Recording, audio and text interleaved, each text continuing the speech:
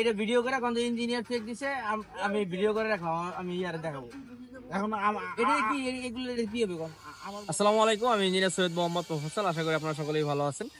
তো আমাদের এই যে ছাদটায় এখন আমরা আছি, এখানে হচ্ছে আমাদের সম্পূর্ণ ছাদের এই পরবর্তী ছাদের কলাম, যেটা হচ্ছে এখন 5 নম্বর ছাদের কলামের সব 6 নম্বর ছাদের কলামের সকল কলামের যে রডগুলো আছে এগুলো বাইন্ডিং করা শেষ হয়ে গেছে।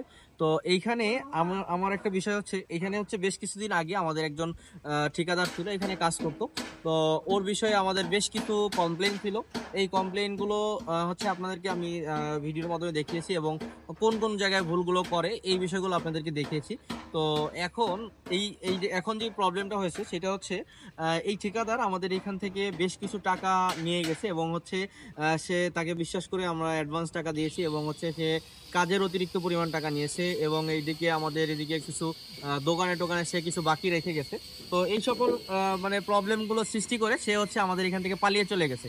তো এই ওই লোকটার ছবি আমি আপনাদেরকে ভিডিওর মাধ্যমে দেখাবো এই ভিডিওতে। তো এই সকল লোককে আপনারা কখনোই বিশ্বাস করবেন না, এবং হচ্ছে কখনোই তাদেরকে কাজ দিবেন না।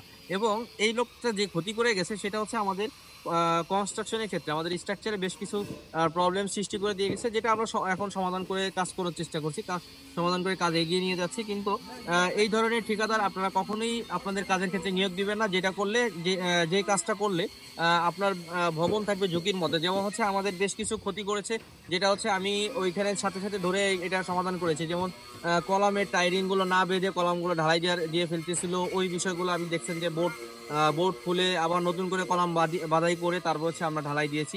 এবং হচ্ছে ঢালাইয়ের ক্ষেত্রে বেশ কিছু সমস্যা ছিল, এবং কাজের ক্ষেত্রে বেশ গাফলিতি ছিল ওর কাজের। তো এই সব কিছু বিষয়ে বিবেচনা করে আমি দেখছি যে এই ধরনের ঠিকাদার যদি আপনারা দিয়ে কাজ করেন, আপনাদের বিল্ডিং থাকবে ঝুঁকির মধ্যে, এবং এরা যারা কাজ চুরি করে এদেরকে দিয়ে কখনো কাজ, মানে তাদের উপর বিশ্বাস রেখে কখনো কাজ করা যায় না। আর কনস্ট্রাকশনের ক্ষেত্রে রড মিস্ত্রি কাজটা হচ্ছে সম্পূর্ণ বিশ্বাসের উপর।